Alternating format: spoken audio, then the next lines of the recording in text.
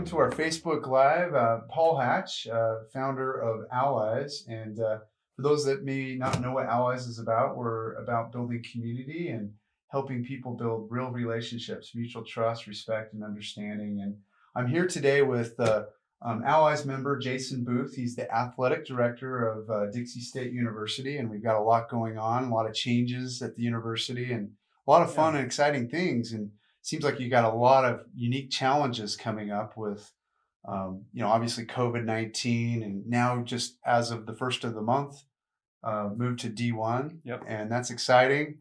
And then there's a lot of uncertainty with like what's going on with COVID and all that. So we're going to get into that. But before we do, I want the community to know who Jason is. Jason and I have been friends for a good 10 years. Easily, yeah. He's done a great job as the athletic director at Dixie.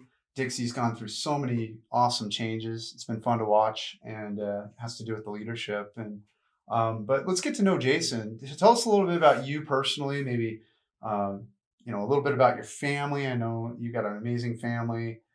Maybe hobbies, interests, things that drew you to Southern Utah and why you like it here. And Awesome. Tell us about that.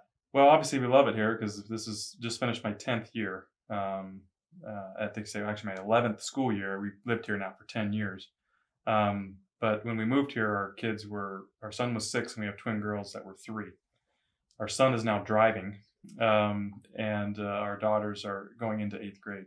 So we'll have a junior in high school and 2 daughters in 8th grade at Crimson Cliffs Middle School, and then Crimson Cliffs High School. So we love it here, and I don't have a lot of time for hobbies and a lot of stuff just due to the job. Although with the pandemic, I have a lot more time outside of work just because we don't have events, we don't have any of that going on, which is unfortunate. But at the same time, there's not a lot of ability to do hobbies at that, because of the pandemic. So I love to play golf, and you're in a good area for that. That's been awesome.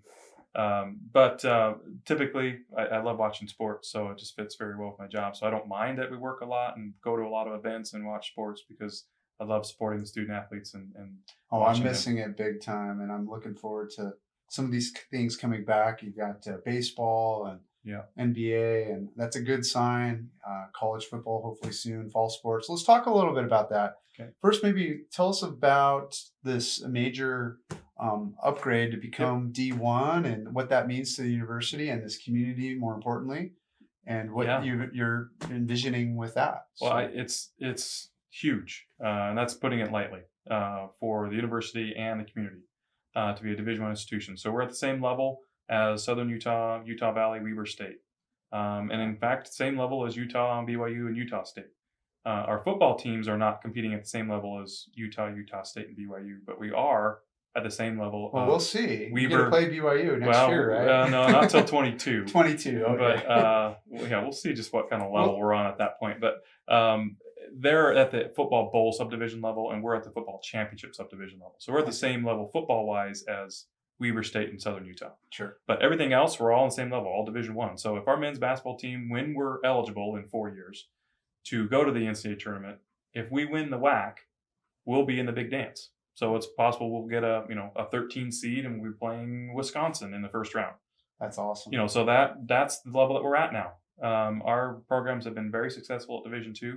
Not a lot of people know about it just because it's Division II, doesn't get a lot of the exposure, but we have very good programs and very good teams that it will take some time to catch back up, to get up to that level again. Much more difficult at Division I, obviously, but we're excited and ready for that opportunity. What's the challenge of being D1? I know it's obviously more expensive. There's a lot more investment and such. It's a bigger financial commitment, which we're going to do smartly and grow into it. We're not going to rob the academic mission of the institution to make this work, which we never have, even as a Division II. We've never been the best funded program, and we won't be in Division I.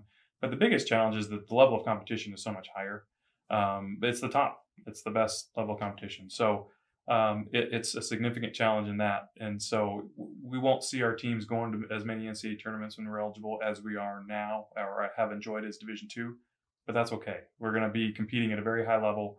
We're going to have incredible teams and incredible product for the community to come and support right away. We'll have basketball teams like New Mexico State, who was a perennial NCAA tournament, who almost beat Auburn the last NCAA tournament in the first round, who went on to lose in the national championship game. So it's very, very good competition, and they'll be coming into the Burns Arena every year, as well as many other great competition. In fact, this fall, provided that we're able to play, Weber State's coming to play us here in men's basketball. So you're going to start to see people have a much greater connection to the team and the teams that we're playing. Right. Was it last year you guys played UNLV? It was. It seems like last year, but it was probably 6 or 7 years ago, and we beat them. Yeah, that was I still remember, like, that's awesome. Yeah. So yeah, you can compete with the big boys. We can. That will be fun. Yeah. And obviously get a lot more attention. It's also fun driving around town and campus and seeing all these buildings going up and sky rises and improvements. As you said, we've been here 10 years, and the changes and growth of the institution alone, not the athletic piece aside, the changes and growth of the institution have been just monumental. The enrollment has exploded. The direction of the university is going on such a trajectory that most people don't even really realize. It's amazing the academic progress that institution has made in just a short period of time, and it's only going to get even more accelerated in the next 5-10 years. President Williams has been phenomenal, just phenomenal. Yeah. We're glad to have him. What is really great about that is that it benefits the community in ways that we don't even know about yet, and it's the growth that's already come into the community. The institution is growing at a faster rate to help support that. Yeah. And so our growth, our success is just going to bleed over into the community, and we're already seeing that. I'm excited about some of the improvements that are happening at, like the football stadium and some of the athletic venues. So maybe for those that may not be aware, tell us a little bit about what's coming. We recently renamed the football stadium to Greater Zion Stadium. We got a great partnership with Greater Zion, the local county visitors bureau, basically. Right. And that gift will allow us to complete our final phase of renovations at the stadium. Nice. It truly makes it a community venue. We have the seating now of 10,000 seats, but it will now complete the press box and the ancillary pieces behind the scenes to allow us to run big events, big Division I football and soccer events, but bigger community events, concerts, etc. 4th of July and all that. I was just talking to Wendy. We're already planning our next Allies event there in the new press box when that. So it'll be a new 2-level press box, a new locker room, new restrooms and ticketing and all that stuff to support a 10,000 plus people crowd, which is we desperately need. We need to get the state championships down here, and that will come. We're already in negotiations with them on that, so that will come just naturally in many sports, not just football, but also soccer, hopefully, and track and field as well. The fall sports, just a no-brainer to bring them here. The Human Performance Center that we opened last year, swimming championships will be coming with that beautiful venue. It's the largest indoor Olympic-sized pool with seating south of Provo. Yeah. So it's a no-brainer that we would host that. Back to the football stadium, soccer stadium, we're putting in a brand new video board here in just a couple weeks. Nice. So it'll be in for the fall, and a brand new 4-sided video board in center hung in the Burns Arena as well. So we're upgrading a lot of things to make it a great experience for the fans to come and support the Trailblazers. Well, last question, and I know that this, there's a lot of uncertainty with what's going on with COVID-19, and I do know that the school's planning on moving forward with actually, having students come and have school and classes and such and do it safely.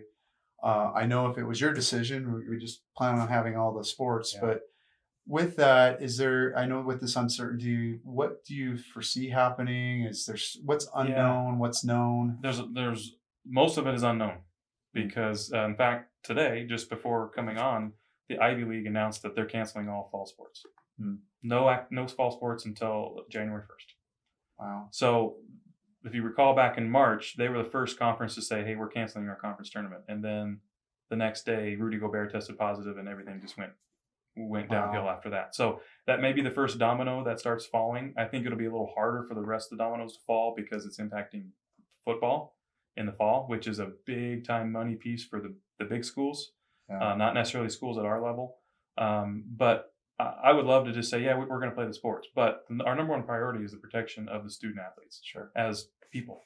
And to come back to school, that's one thing. That's easy. We can socially distance. We can be protected with masks because you're just learning in a passive environment. When you're talking about playing football, traveling to these places, playing these contact sports, they're way more vulnerable, and it's a much bigger risk. So we're having to balance that, and what is it worth? Yeah. Is it really the end of the world if we have to take a fall or a winter or even the entire year off from sports, in a worst case scenario, to keep them safe? We'll see. I mean, that would be Yeah. really hard. We've seen how hard it was to lose the spring seasons and not have a lot of things. We'll see here with how pro baseball and basketball does with a restart. If they stumble out of the gate, which it looks like they kind of are with some positive tests and some players saying, "Hey, I'm opting out," that may be foreshadowing for what we're going to experience. Yeah. We're seeing a lot of positive, not a lot, but seeing a good number of football programs that are back working out across the country that are having positive cases, and they're shutting their workouts down. So it's not going in the right direction. I'm optimistic. We're gonna keep going as if we're going to do it as long as we possibly can until we have to Yeah. make a decision. It's crazy. What about practices, things like that moving forward? Well, that's we're scheduled to have the football team come back into town starting Monday, Mhm. and we're just going to take it day by day and see what we're going to have them come back and see what we need to do and adjust accordingly. But if it gets way out of hand, then we're going to do the best thing for their safety, Sure. and make sure that they're safe, because we don't know what the long term implications of Any of this. any of the the virus is on anyone. So it's a crazy time. I don't know who the ad wizard was to say, "Hey, let's go Division One." Oh wait, that was me. And then have but yeah, COVID and then and have a everything. pandemic come in. It's a pretty unique thing to say we're going to go Division One and do it in the middle of a pandemic, and Well, however we so can help we'll you as a figure it out. community, let us know, because I know you're taking a lot on your shoulders right We now with appreciate it. everything you guys are trying to take on, and we're all in this together, and it's all about community. And so make sure Yep. you reach out to Jason and also the president, Yeah. and just see how we can support the university. But They mean so much to our community. we So appreciate it, and we love the community, and Dixie State is so intertwined with the community that we wouldn't be here without the community. yeah. So we are very grateful for that support, and we understand how much it means. Well, thanks. Last question, Jason. You've been Dixie State in general, and the athletic department's been part of Allies for a number of years. I'm just curious the benefit that your organization's maybe seen by being a part of a group like Allies. Oh, I can't even measure the benefits. I mean, it's been wonderful to just interact in a very meaningful, personable way with business leaders and individuals in the community, just to make connections and offer our help.